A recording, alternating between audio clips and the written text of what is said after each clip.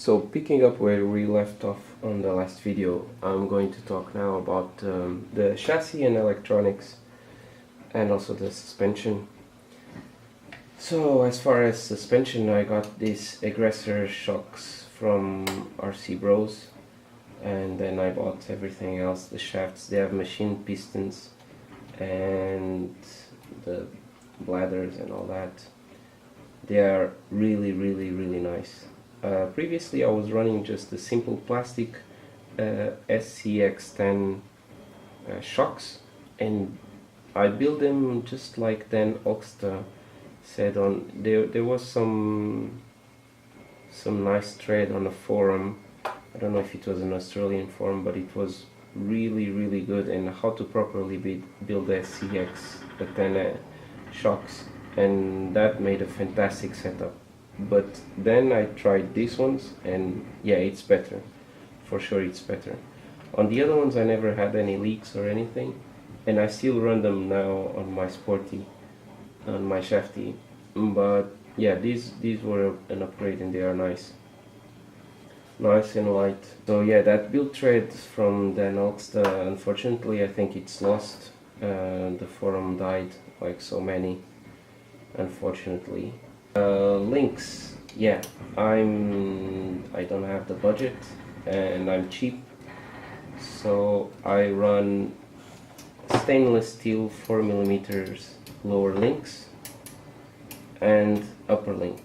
This upper link had to be 4mm because it's the limiting factor of the suspension, so it needs to be, it needs to, when the car flips, all the weight goes to those, ends up on those links.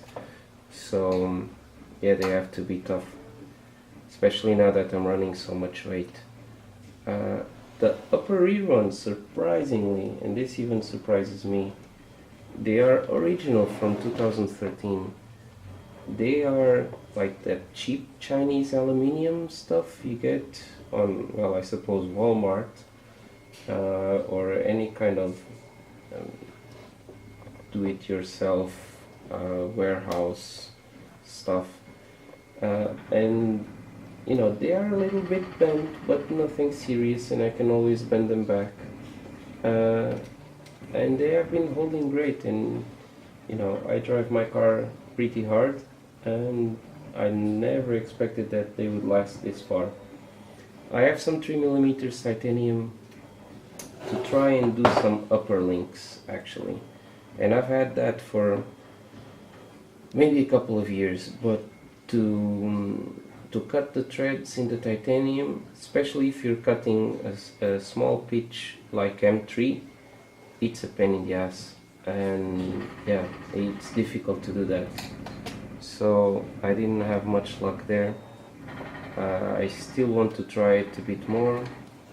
But yeah, so far this thing has lasted me for a long time, and they are very easy to make.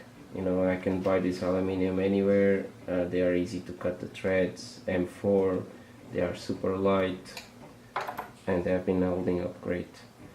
Okay, so links is done. The chassis, yeah, like I said before, this chassis was totally inspired. The chassis and also the wheels. I forgot to mention this before.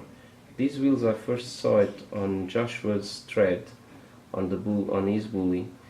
He tried to do in aluminium, and I think he quit the idea because they were too heavy and he could not hold the weight on the bully knuckles. Actually, I have the bully knuckles right here, so I can bring that. So this was my original setup. The bully knuckles. These bully knuckles, actually, they were cut by Deluxe, and this was the setup I was running. And I made this work. I drill these holes here on the top and the bottom. I drill a little bit on the aluminium of the knuckle to hold it in place, because or else they were just rotating, the weight was just rotating. I managed to get that to work, and I think that was one of the problems that Joshua was having. he could not get the weight to stay in the same place. So I managed to fix that, and yeah, this was my version of his wheel, let's say. Okay, the chassis itself. Chassis doesn't hold any electronics. It's not supposed to. It's not thought to have electronics mounted there. It's, at least for me, the idea was to have as little skid as I could and to have a slim bottom end. And yeah, this is what I have. It's pretty small. It's just there, that Lexan, basically to protect the rod ends. I don't want the rod ends to hang up on any rocks. Although I run it for maybe 1 or 2 times on the rocks without the skid, and I didn't have any issues, and it makes it even smaller. But yeah, I like the skid. It's nice. It's small enough not to hang up. So this is an advantage, at least for me. It's not a Ventru from Pat, but yeah, it's good enough.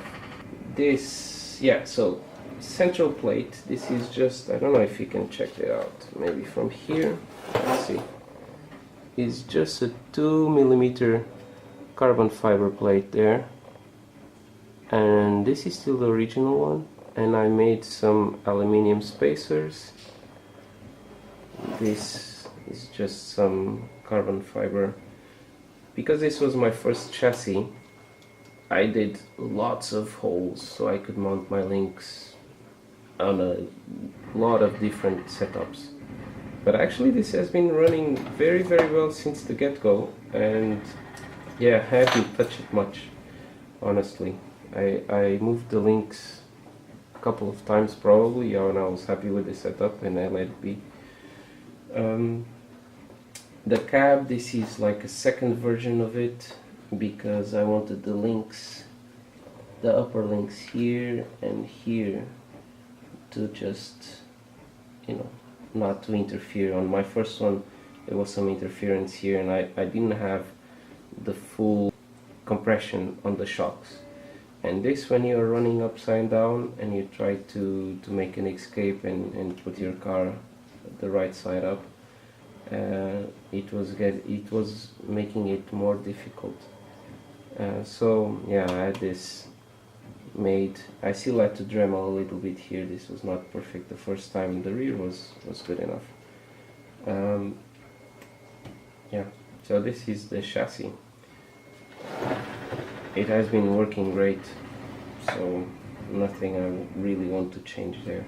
As far as electronics, I've got the high-tech 7950 has been working great. I broke on the top case, I broke one of the plastic parts, so this was wobbling too much.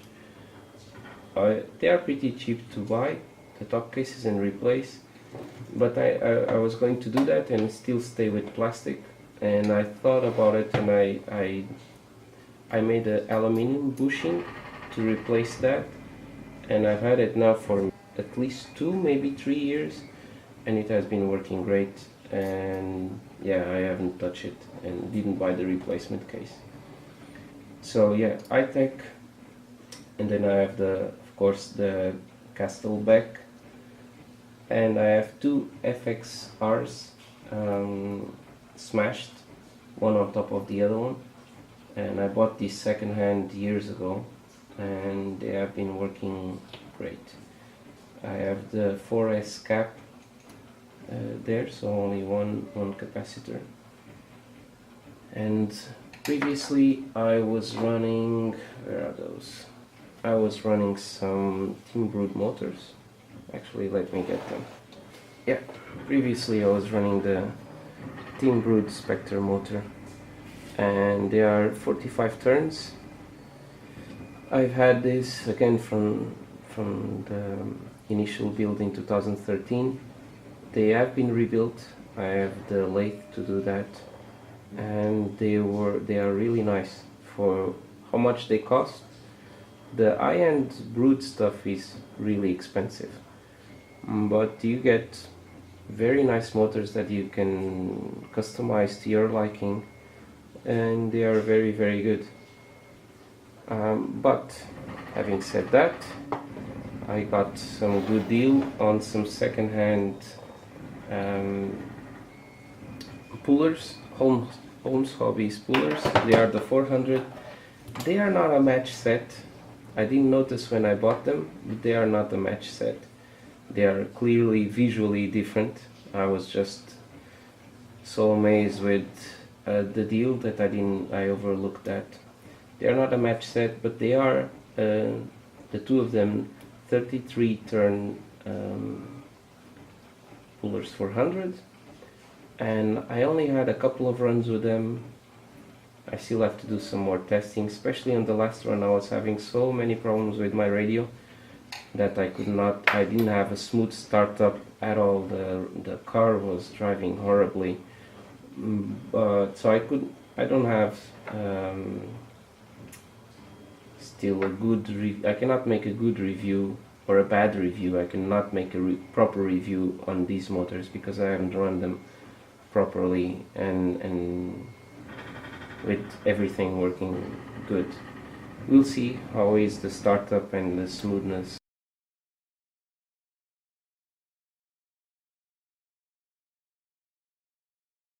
But what I do know is that I lost with these two motors compared with that one, I lost 120 grams, so 60 grams on each motor on weight that is above axle center line or wheel center line. So that is a huge saving that cannot be dismissed. So that is very, very important.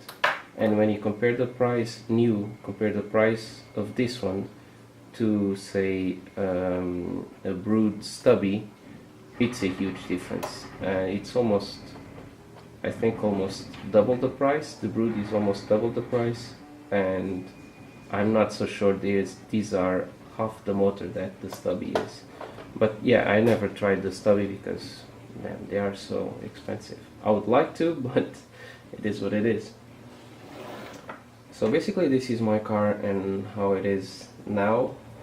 It has been slowly evolving since 2013. I've been changing this and that, but the setup links are the same since that time. Chassis, okay, the top of the chassis is slightly slightly different, but still basic setup, same setup. The car is very, very forgiving when I go and on the rocks with some other friends of mine. Then you can really compare on the same course, on the same obstacles, and my car is very forgiving comparing with their car. I know the car, what it can kind of its limits. Of course, you are always trying to push the limits, and sometimes you mess it up. But yeah, that's really nice. I'm really happy with this car. I like that it's different. It's not XR10, because especially when I built this, everybody was running an XR10 and everybody was saying, "Boo, EV1 is dead, don't spend your money on that." But being stubborn, I pushed forward and I managed to make a good setup out of this car. Not much original stuff going on, but yeah, these are axial AX10 C-hubs. They've been holding up great. Yeah, and we'll see how this goes, and hopefully see you in Austria in 2019 with this setup, and see you there. Cheers.